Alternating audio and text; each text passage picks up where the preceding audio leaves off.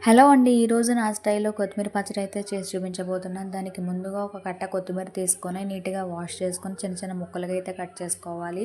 అలాగే 2 టమాటాలు, ఒక ఉల్లిపాయ, కొంచెం జీలకర్ర, వెల్లుల్లి, అలాగే కారానికి సరిపడినట్టు ఎండుమిర్చి అయితే తీసుకున్నానండి. అలాగే నిమ్మకాయ సైజ్ అంత చింతపండు కూడా తీసుకోవాలి.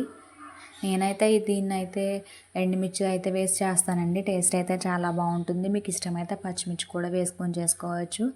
ఈ పచ్చడి అయితే వేడి వేడి అన్నంలో చాలా బాగుంటుంది.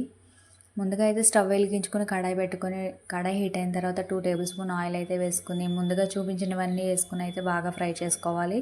అవి ఫ్రై అయిన తర్వాత మిక్సీ జార్లోకి తీసుకోవాలి. తర్వాత అదే కడాయిలో కట్ చేసుకున్న కొత్తిమీర కూడా అయితే వేసుకుని అది కూడా బాగా ఫ్రై చేసుకొని మిక్సీ జార్లో వేసుకొని సాల్ట్ అలాగే చింతపండు వెల్లుల్లి కూడా వేసుకొని మిక్సీ పట్టుకోవడమే అండి. ఎంతో టేస్టీగా ఉండే కొత్తిమీర పచ్చడి అయితే రెడీ. ఈ కొత్తిమీర పచ్చడి పప్పుచారులోకి కూడా చాలా బాగుంటుందండి. ఒకసారి మీరు కూడా ట్రై చేయండి. Thank you for watching.